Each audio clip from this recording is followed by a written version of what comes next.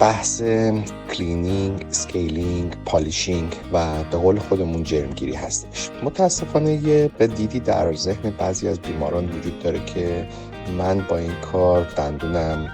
در واقع خش میفته، دندونم ایراد پیدا میکنه، من اصلا نیاز ندارم، من اصلا دندونم درد نداره، من دندونم زرد نیست. متاسفانه این یک تصور و باور غلط هست. بعد از اینکه ما معاینه کامل انجام میدیم،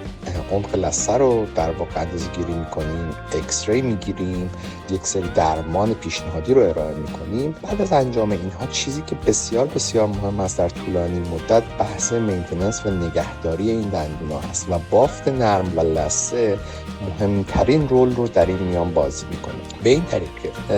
هر بار که تشریف میاری ما زیر لثه رو در توسط هایجینیستی که ترین شده برای این کار تمیز خواهیم کرد، بررسی خواهیم کرد، پالیش خواهیم کرد. اون جرم ها، دیپازیت هایی که زیر لثه تشکیل شده و شما توسط مسواک نتونستید تمیز کنید یا دستتون در رفته تمیز میشه. اگر جرمی وجود نداشته باشه در واقع اون بایوفیلم اون زیر تمیز میشه. به قول خودمون ذرات غذایی هستش که دستتون در رفته و زیر لثه که همه این بودن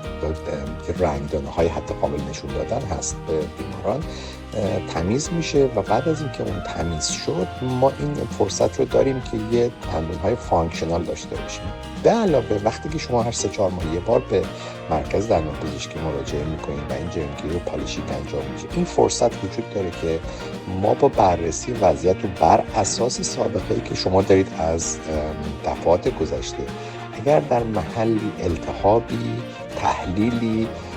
خدای نکرده عفونت و اینفکشنی وجود داشته باشه، اون رو سریعاً بتونیم تشخیص بدیم و با درمان‌های ساده و پیشگیرانه نذاریم اون گسترش پیدا کنه، بافت دندان به خطر بیفته و خدای نکرده بیماری لثه در واقع در اون ناحیه ایجاد بشه و حتی پوسیدگی در مرحله اولیه درمانش بسیار ساده تر هستش تا اینکه صبر کنیم و این پیشرفته بشه.